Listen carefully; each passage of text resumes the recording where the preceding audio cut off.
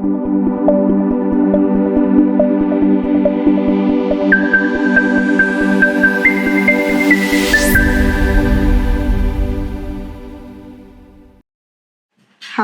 my name's Cathy Warner. I work for Solutions for Accounting, working alongside our development team. And one of the modules I'm going to show you today is our Sage 50 Direct Debit module. The module is geared around companies who may be processing direct debits through their BACS provider, but actually manually processing through Sage itself.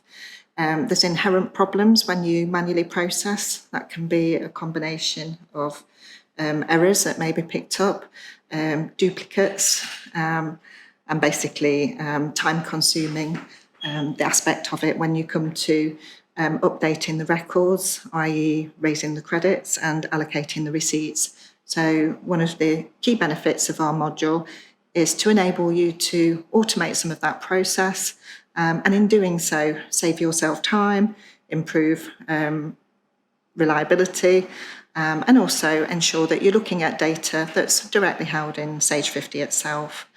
With our module, we talk to Sage from the outside because Sage 50 is a very secure product and locked down.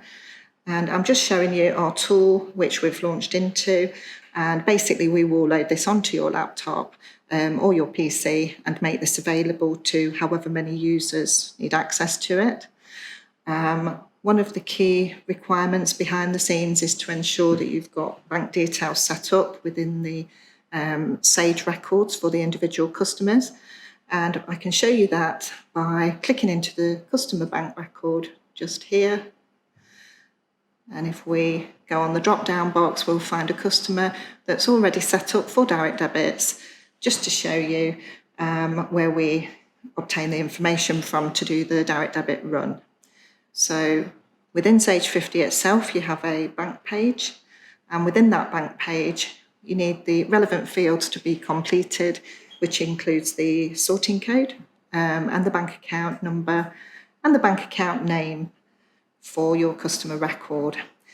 The other aspect that needs completing is the additional reference field, which identifies the status of the mandate. And for this particular record, I'm going to show you one of the first stages of the process where we can actually collect a setup file, which is often the first stage of the requirements by the BACS provider, to basically pass on an instruction that you want to start collections on that particular customer. So I'm going to save that record, and if we run our report, save DD setup file, we'll see that we've got one record identified, and I'm just going to save that along with today's date. Obviously, you can call that whatever you like,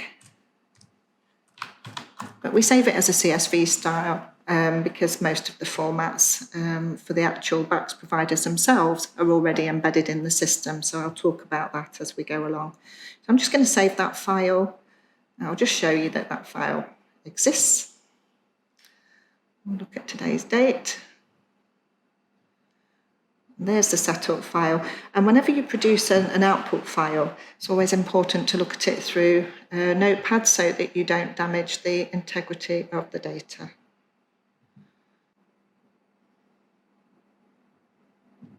So there's the output file for this particular record. It's a fairly generic style, and if we look at the record, it's including the data, which is the sorting code, the bank account number, the bank account name, and on this occasion a 0 value because we're not actually collecting a direct debit, we're just passing on an instruction that there will be direct debits coming from this particular customer. The next reference field is the mandate reference, which defaults with our module to the Sage account number, and the 0N, which is the reference for setup code. So any of you that are already collecting direct debits will recognise that as a potential procedure. So we'll come out of there. And if we now go back onto that customer record, we'll see that it has now rolled over to a first transaction. So it's no longer a setup file, it's now a 01, which is a first. And we'll come out of there and we'll run a general report. So the principle behind the module is that we can set the parameters of the data that we're going to look at, and that can be based on either invoice date or due date. So mine is set for due date. So I'm just going to run our report. And what the module will do is it will look for invoices within the system that are outstanding, so they need to be collected on between a given date range. And for these particular customers, they are set up in Sage with the bank details against them, but they've also got invoices due. And if we look at the individual transactions, we'll see that the module, by default, wants to collect the full amount that's outstanding, and it wants to allocate that amount. We can always ask for it to display credit items as well, which you can either put through or you can just zero off. And the idea of this stage is just to give you the option to amend the amount. And in doing so, it gives you flexibility over how much we collect against each invoice. You can also zero them off. So we can leave invoices outstanding if you decide they want to be collected on a following or subsequent run.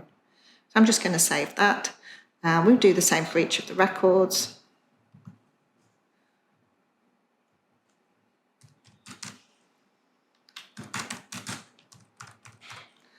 And then we'll save. If you don't want to collect on a particular customer on this run, you can delete the records. So I'm just going to delete those now. And likewise, if you wanted to add in a company that you may have just set up and you want to collect from on this particular run, then you can pick them up from the drop down there and just select a new customer to add to the list. At this point, if you are happy with the values that you've selected, you can decide to print a report, and that will pick up on the collection date, which will default to today, which is the 28th of February. And you can choose then whether you would like to print a letter so that you can send an advance notification to the customer, or whether you would like to produce a report. Once you've done that, the next stage of the process is to post the entries. So we'll just click on the posting button. And at this point, the receipt date is defaulted to today, but you may want to include a reference, which may be February DD run. Whichever reference items you choose, this will appear in the Sage data. Just do today's date.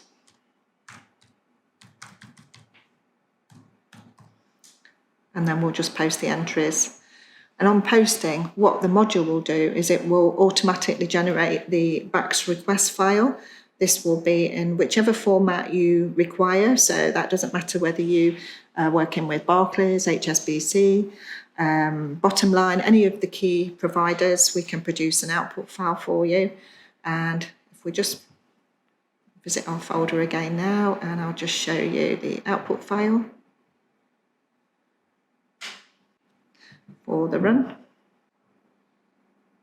through Notepad.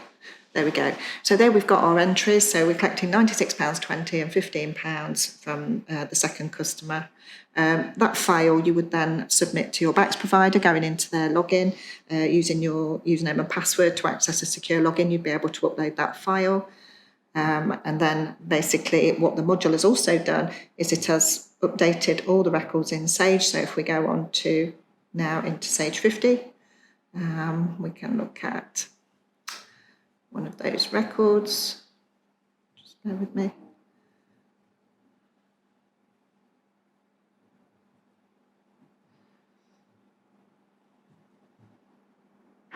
And we'll see the activity which shows that we've had a partial allocation on today's date, which is the 28th of February.